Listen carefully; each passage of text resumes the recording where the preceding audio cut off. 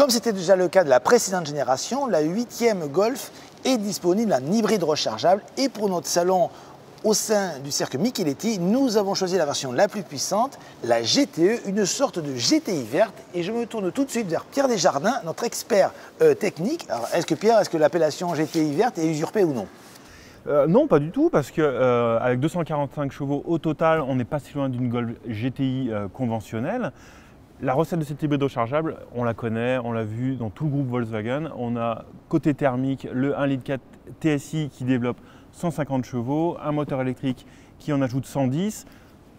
On additionne à la sauce hybride rechargeable, on arrive à 245 chevaux. La batterie a une belle capacité, 13 kWh, ce qui permet une très grande autonomie en 100% électrique, 64 km. C'est vraiment très bien. Le seul point noir, c'est la recharge. On est limité à 3,6 kW. Alors Pierre-Olivier Marie, expert essayeur, on a déjà testé cette voiture. Notre avis? Olivier, c'est une super voiture, effectivement. Par contre, c'est pas vraiment une sportive, hein. C'est pas une GTI, on l'a dit, elle est plus lourde.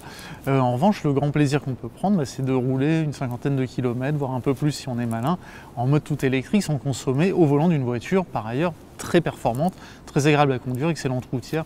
Un super package, même si bon, c'est un petit peu délirant, 250 chevaux dans une berline compacte comme ça. Bon, on n'a pas forcément besoin de ça, mais on peut se faire plaisir avec une belle auto. Serge Bellu, expert design. Cette GTE est très proche d'une Golf traditionnelle. Justement, le design de la Golf, t'en penses quoi? Je suis assez inconditionnel parce que c'est vraiment une histoire linéaire, une évolution qui a toujours été judicieuse et la dernière génération ne fait pas exception à la règle. Cela dit, elle manque un peu de dynamisme quand on la compare à la référence d'aujourd'hui dans la catégorie, la Mercedes Classe A. Mais ça reste un très bel objet de design. Michel Holz, expert stratégie. Il y a deux puissances sur l'hybride rechargeable sur la Golf. Est-ce que cette GTE a vraiment un but pour d'exister, on va dire? Pierre-Olivier parlait tout à l'heure de dynamisme de la voiture plutôt que de sportivité. Sauf que malheureusement, l'avenir des sportives, des petites sportives, c'est cette GTE. C'est-à-dire qu'elles seront toutes à un moment donné, et à très court terme, elles seront toutes hybrides. Donc il faudra quand même trouver une solution pour qu'elles soient un peu plus amusantes qu'elles ne sont, un peu moins lourdes aussi. Je ne l'ai pas, je ne la connais pas, mais il n'y a pas d'avenir pour les GTI, il y a un avenir pour les GTE en général, oui. Florent Ferrière, expert budget et tarif, je crains que ce soit ça cher. C'est cher, bah oui, c'est normal, c'est une Golf puissante, 45 665 €, mais avec le jeu du bonus-malus, elle est au même prix que la GTI classique. Parce que la GTI classique est malusée et celle-ci, elle profite d'un bonus qui sera de 1 000 € à partir du 1er juillet.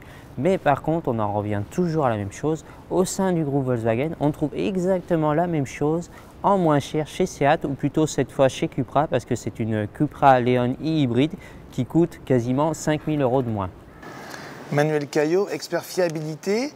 On a déjà des retours, je pense, sur celle de cette Golf GTE.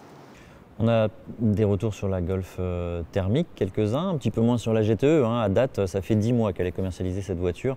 C'est un petit peu court quand même pour être définitif sur la fiabilité.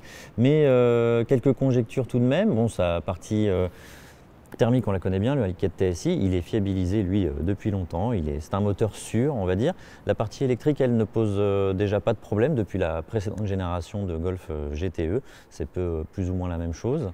Il reste quand même quelques bugs électroniques résiduels puisque la Golf de 8e génération en a connu à sa sortie, mais c'est rien de méchant et a priori le constructeur en est conscient et va faire ce qu'il faut pour résoudre ces problèmes. Est-ce que tu es acheteur? Moi je trouve que une Golf, et d'ailleurs depuis très longtemps, c'est une très bonne voiture, mais j'arrive pas à avoir d'émotion. Moi, je suis pas client pour la Golf. Florent? Tant que c'est possible et qu'on nous laisse le pouvoir de le faire, autant acheter une GTI. Michel? Je donne raison à Florent, et je soulignerai qu'en plus, elle est soit trop puissante, soit pas assez, soit trop bourgeoise ou pas assez dynamique, elle est trop entre les deux. Serge? Ok pour le style, mais c'est vrai qu'il y a toujours la nostalgie de la GTI. Pierre-Olivier? Écoute, pareil, j'achèterai la GTI parce que ce sera la dernière 100% thermique probablement. Pierre? Moi, si je dois prendre vraiment dans le groupe Volkswagen, je vais me tourner vers la Cupra Leon, qui est la même en moins cher. Mais sinon, je préfère quand même une Mercedes A250e, un peu moins puissante, mais plus homogène à mon sens. Et pour ma part, je ne suis pas client car je lui reproche les mêmes défauts que sur les Golf thermiques, à savoir une ergonomie vraiment trop compliquée et une ligne assez quelconque.